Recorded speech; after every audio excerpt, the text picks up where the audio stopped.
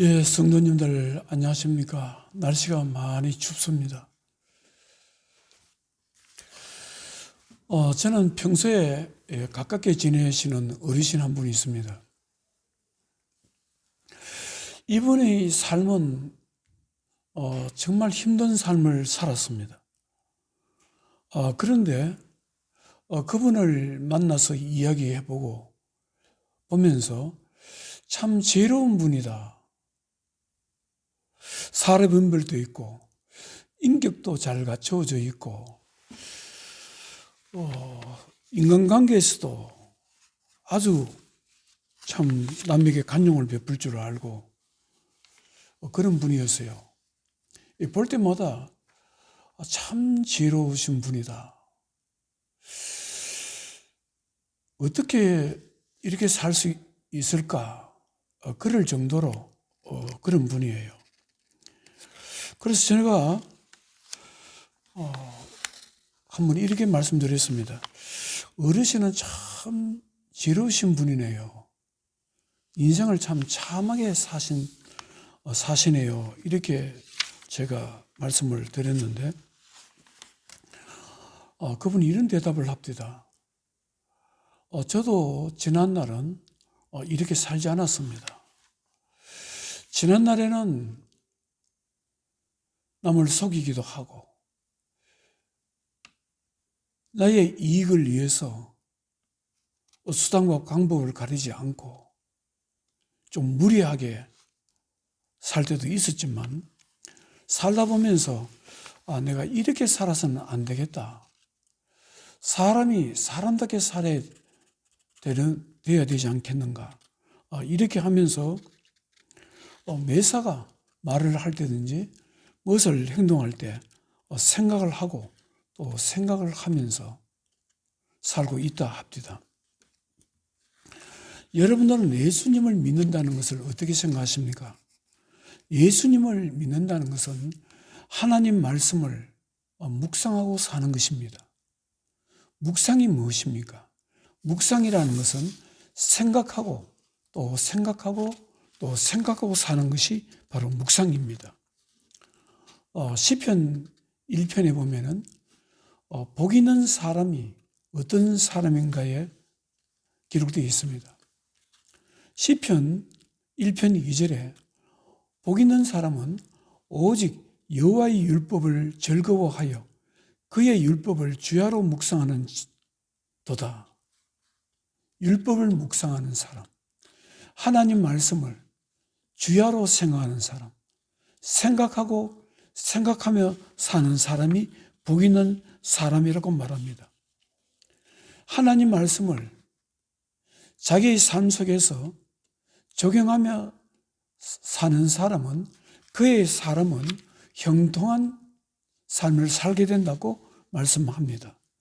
3절에 그는 시냇가에 심은 나무가 철을 따라 열매를 맺으며 그 잎사귀가 마르지 아니함 같으니 그가 하는 모든 일이 다 형통하리로다. 시냇가에 심겨진 나무가 철을 따라 열매를 맺게 되고 잎사귀가 마르지 않고 건강하게 자라는 것처럼 하나님 말씀을 묵상하고 생각하면서 그 말씀을 자기의 삶 속에 적용하고 사는 사람은 형통한 삶을 살게 된다 말씀을 합니다. 그러면 우리가 하나님 말씀을 해야 되는데 묵상을 무엇을 묵상해야 되는지 그것을 생각해 봐야 되죠. 하나님 말씀을 묵상하고 생각하는 것은 맞는데 그 하나님 말씀 중에 무엇을 중심적으로 생각해 봐야 되느냐. 또 이 부분을 생각해 봐야 됩니다. 저는 성도님들에게 하나님 자녀에게 묵상에 대해서 저는 기본적으로 3가지를 말씀드리고 싶습니다. 하나님의 자녀는 기본적으로 3가지는 평소에 묵상하는, 생각하는 훈련이 되어야 된다 말씀을 드리고 싶습니다. 첫째는 자기 자신에 대해서 생각해 봐야 된다는 것입니다. 왜냐하면 사람은 자기 자신에 대해서 잘 모르게 되면 사람은 실수하기가 쉽습니다. 자기 자신에 대해서 잘 모르게 되면 실패하기가 쉽습니다. 자기 자신에 대해서 잘 모르면 사람이 교만하기 쉽고, 자기 자신에 대해서 잘 모르는 사람은 미련하기 쉽습니다. 자기의 능력을 가신하게 되는 사람은 교만하게 되어서 자신이 감당할 수 없는 일을 자신이 할 수 있다고 생각해서 하다가 실패하는 경우를 많이 볼 수 있습니다. 한 분은 평소에 제가 존경하는 선배 목사님, 중국 선교사님이신데요. 제가 한번 이런 질문을 해봤습니다. 선배님은 자기 자신에 대해서 생각하며 사세요? 자기 자신에 대해서. 그러니까 자기는 자기 자신에 대해서 생각할 때가 참 많다고 합니다. 그러면서 오늘 아침에도 고린도전서 13장의 말씀을 묵상하면서 아침 시간에 묵상했다는 것입니다. 고린도전서 13장 4절, 사랑은 오래 참고 사랑은 온유하며 시기하지 아니하며 사랑은 자랑하지 아니하며 교만하지 아니하며 무례히 행하지 아니하며 자기의 유익을 구하지 아니하며 악한 것을 생각하지 아니하며. 자신은 고린도전서 13장의 말씀을 묵상을 자주 하는 편이라고 합니다. 묵상을 하면서 내가 교만하지 말아야 되겠다. 인간관계에서 남에게 무례하게 함부로 대하지 말아야 되겠다. 이렇게 하면서 자기 자신을 되돌아본다고 이야기를 합니다. 제가 금년도 한 해를 보내면서 묵상이라는 말, 생각하고 생각한다는 말씀으로 12월을 마지막 한 주간을 앞두고 성도님들에게 설교하는 이유가 있습니다. 한 해 동안 살아오면서 저는 이런 생각을 많이 해보았습니다. 사람들은 인생을 막 사는 사람이 많다. 마음대로, 자기 생각대로 마음대로 사는 사람들, 생각 없이 사는 사람들이 참 많다는 그런 생각을 해봤기 때문입니다. 사랑하는 성도 여러분, 세상의 삶이라는 것은 아무리 어렵다고 해도 아무런 생각 없이 살아서는 안 됩니다. 아무리 힘든다고 해서 자신의 욕심을 쫓아 살아서도 안 되는 것입니다. 아무리 힘들더라도 함부로 생각하고 함부로 말하고 함부로 행동하면서 사는 것은 아닙니다. 그러면 또 신앙인이 하나님의 말씀을 묵상하는 데 있어서 생각하고 또 생각해야 될 대상이 무엇입니까? 여러분들은 무엇이라고 생각합니까? 성경은 자신과 함께 살아가는 이웃들, 자신과 함께 살아가는 사람들을 생각하면서 살아라고 말씀을 합니다. 빌립보서 2장 2절에 보면은 사도 바울이 빌립보 교회 성도들에게 교우들 간에 서로 존중하라 말씀하고 있습니다. 마음을 같이 하여 같은 사랑을 가지고 뜻을 합하여 한 마음을 품여. 빌립보서 2장 3절에 아무 일에든지 다툼이나 허용으로 하지 말고 오직 겸손한 마음으로 각각 자기보다 남을 낮게 여기고 각각 자기 일을 돌볼 뿐더러 또한 각각 다른 사람들의 일을 돌보아 나의 기쁨을 충만하게 하라. 사도 바울은 빌립보 성도들에게 겸손한 마음으로 상대편을 대하라고 말씀합니다. 예수님께서도 사람들을 존중하며 살아라. 자기 자신만을 위해서 살지 말고 불행한 이웃을 보면 그들을 도우면서 살아라. 그렇게 말씀을 합니다. 누가복음 10장에 보면 예수님께서 어떤 율법 교사가 이웃이 도대체 누구냐고 이렇게 질문했을 때 이웃이 누구인가에 대해서 말씀을 합니다. 어떤 사람이 예루살렘에서 여리고로 내려가다가 강도를 만나서 옷을 빼앗기고 두들겨 맞아서 죽게 됩니다. 그리고 강도는 그 사람을 길가에 버리고 도망쳐 버립니다. 강도를 만나서 길가에 쓰러져 있는 사람은 사람의 도움이 필요했습니다. 누군가 자기를 돌봐줄 사람이 필요했습니다. 그런데 옆에 지나가는 사람들은 그냥 강도 만난 사람을 보고 지나가 버렸습니다. 누가복음 10장 31절에 한 제사장이 그 길로 내려가다가 그를 보고 피하여 지나가고 또 이와 같이 한 레위인도 그곳에 이르러 그를 보고 피하여 지나가되 무엇을 말씀하고 있습니까? 제사장도 지나가고 레위인도 지나갔다고 말씀하고 있습니다. 제사장이나 레위인은 그 당시에 이들의 신분은 다른 사람들과 달라야 됩니다. 어떤 다른 사람들보다도 어려운 사람들이 있으면 도와줘야 될 위치에 있는 신분의 사람인데 지나가 버렸습니다. 그러면은 다른 사람들도 다 지나간다는 것입니다. 그런데 마침 그 옆을 지나가던 사마리아 사람이 강도 만난 사람을 도와줍니다. 누가복음 10장 33절에 어떤 사마리아 사람은 여행하는 중 거기 이르러 그를 보고 불쌍히 여겨 가까이 가서 기름과 포도주를 그 상처에 붓고 사매고 자기 짐승에 태워 주막으로 데려와서 돌보아 주니라. 예수님께서는 강도 만난 사람의 이야기를 하면서 율법 교사에게 강도 만난 사람을 도와준 이웃 사람이 누구인지를 묻습니다.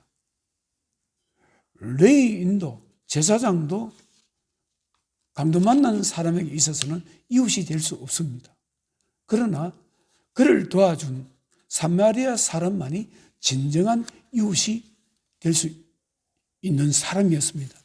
사랑하는 성도 여러분, 성경은 이웃 사람들의 불행을 외면하지 말라고 하십니다.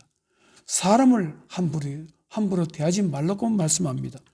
미워하지 말라고 말씀하고 있습니다. 사람에게 간용을 베풀어 주라고 말씀합니다. 여러분들은 기도할 때 어떻게 기도합니까? 자신만을 위해서 기도합니까? 아닐 것입니다. 자신이 가족들을 위해서 기도할 것입니다. 그리고 기도의 폭이 넓은 분들은 친족들을 위해서 기도하기도 하고 형제들을, 친구들을 위해서 기도하기도 하고 직장 동료들을 위해서 기도하기도 하고 이웃의 사람들을 위해서 기도하기도 할 것입니다. 바로 중보기도를 할 것입니다. 그들이 어려운 문제를 위해서 기도하고 그들의 불행을 하나님께서 해결해 주시라고 기도하실 것입니다. 남을 위해서 실제로 남을 걱정해주고 남을 불행을 안타깝게 생각하는 사람만이 실질적인 중보기도를 할 수 있습니다. 창세기 19장에 소돔 땅에 살고 있던 아브라함의 조카 롯이 삼촌 아브라함이 중보기도를 하지 않았다면 소돔 땅의 유황심판 때 삼촌 아브라함이 그곳에 살고 있는 롯의 가족을 위해서 기도하지 않았으면 롯이 살아남을 수 있었겠습니까? 자기 두 딸이 살아남을 수 있었겠습니까? 사랑하는 성도 여러분, 사람은 혼자의 힘으로 세상을 살아갈 수 있는 것이 아닙니다. 여러분들은 지난 삶 속에서 참으로 어려운 시기가 있었을 것입니다.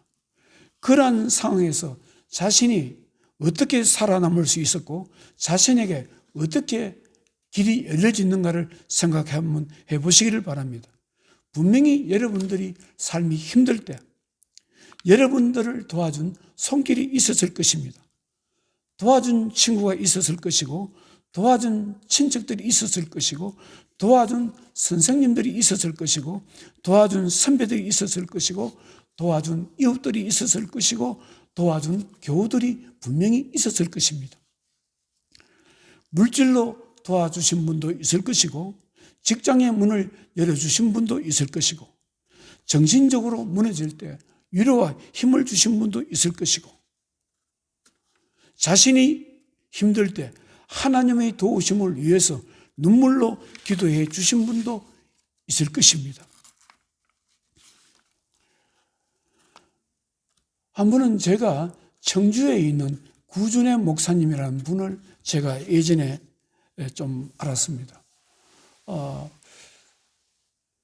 그래서 이분을 모시고 서울에 있는 저희가 다니는 명분교회에서 부흥집회를 하신 분이에요. 이분은 서울의 검찰 공무원이었습니다. 공무원이었는데 어느 날 쓰러지게 됩니다. 쓰러져서 간질병을 발생이 됩니다. 그것은 자기 몸에 있는 촌충이 피 속에 들어가서 피가 혈관을 따라서 돌 때 그 촌충 알이 뇌 부분에 돌아서 머리 부분에 와서 머리에 뇌의 어떤 부분을 치게 되면 발작이 일어난다고 합니다. 그래서 직장을 그만두고 모든 것을 잃어버리고 이제 시골에 충청도에 내려가서 이제 요양을 하고 있었습니다. 시간이 갈수록 병이 호전되는 것이 아니고 병은 점점 심했습니다. 그런데 이분을 위해서 기도해 준 분이 있습니다. 어떤 분이냐면 자기 아내의 처형이 독일에서 간호사였는데 아주 독실한 크리스찬이고 기도를 능력을 가진 분이었다 합니다. 처형이 자신을 불쌍히 여겨서 밤낮을 가리지 않고 시간을 있을 때마다 눈물로 기도했다고 합니다. 하나님 아버지, 구준애를 살려달라고. 그런데 기적이 일어난 것입니다. 간질병이 발작하고 난 뒤에 8년이 지났을 때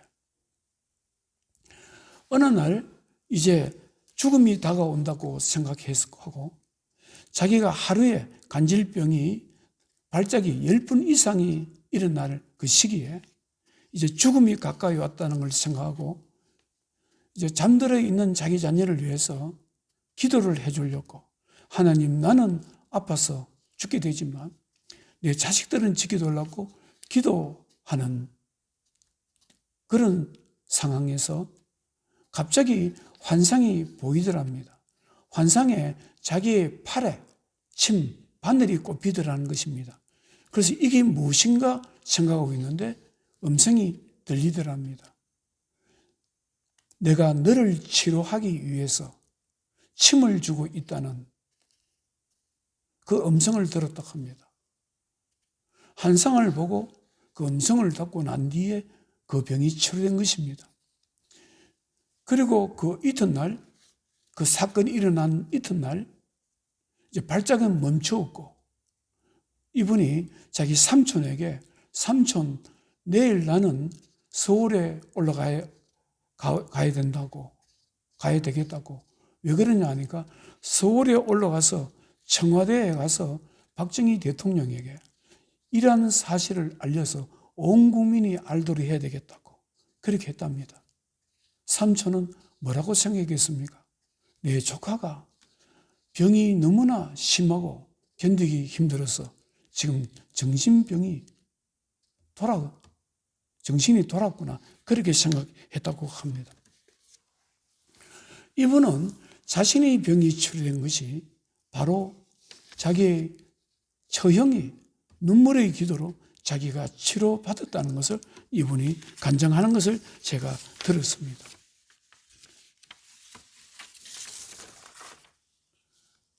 사랑하는 성도 여러분, 사람은 자기만을 생각해서 안 됩니다. 다른 사람을 위해서 또 생각해야 됩니다. 다른 사람 불행을 생각해 봐야 됩니다. 사람은 홀로 살 수 있는 것이 아닙니다. 사람을 통해서 복을 받는 것입니다. 사람의 기도를 통해서 사는 것입니다. 여러분들의 기도가 여러분 가정을 살리는 것이고, 성도들의 기도가 교회를 살리는 것입니다. 성도들의 기도가 국가와 민족을 살리는 것입니다. 그리고 또 우리가 생각해 봐야 될 것이 있습니다. 무엇을 생각해야 됩니까? 바로 하나님을 생각해 봐야 됩니다. 하나님은 어떠신 분인가?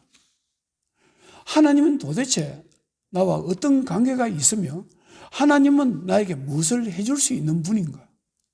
내가 힘들 때 하나님 무엇을 할 수 있는 분인가를 우리가 집중적으로 생각해 보아야 됩니다. 하나님은 나에게 은혜를 베풀어 주시는 분이다. 하나님은 우리의 필요성을 아시고 공급해 주시는 분이시다. 우리의 삶을 구원해 주시는 분이라는 것을 집중적으로 생각하며 또 생각해 봐야 됩니다. 저는 예수님께서 말씀하신 마태복음 6장의 말씀을 가끔 생각해 봅니다. 마태복음 6장 25절에 목숨을 위해 무엇을 먹을까? 무엇을 마실까? 몸을 위하여 무엇을 입을까? 염려하지 말라. 목숨이 음식보다 중하지 아니하며 몸이 어복보다 중하지 아니하냐. 공중의 새를 보라. 심지도 않고 거두지도 않고 창고에 모아 들이지도 아니하되 너희 하늘 아버지께서 기르시나니 너희는 이것들보다 귀하지 아니하냐. 너희가 어찌 어복을 위하여 염려하느냐. 들의 백합화가 어떻게 자라는가 생각하여 보라. 수고도 아니하고 길쌈도 아니하느니라. 오늘 있다가 내일 아궁이에 던져지는 들풀도 하나님이 이렇게 입히시거든 하물며 너희 일까 보냐 믿음이 작은 자들아. 저는 이 말씀을 생각을 참 좀 해보는 편입니다. 하나님이 이러신 분이구나. 마태복음 6장 33절에 그런즉 너희는 먼저 그의 나라와 그의 의를 구하라. 그래야만 이 모든 것을 너희에게 더하시리라. 하나님이 어떠신 분인가? 하나님은 공급하시는 분, 하나님은 구원하시는 분 라는 것을 생각해 보라는 것입니다. 마태복음 6장의 말씀은 창조주 하나님께서는 우리들이 먹을 것을 공급하시는 분이시다. 우리들을 돌봐주시는 분이시다는 겁니다. 공중에 나는 새와 들의 백합화보다 비교할 수 없이 귀한 하나님 자녀들을 먹여주시는 분이시다.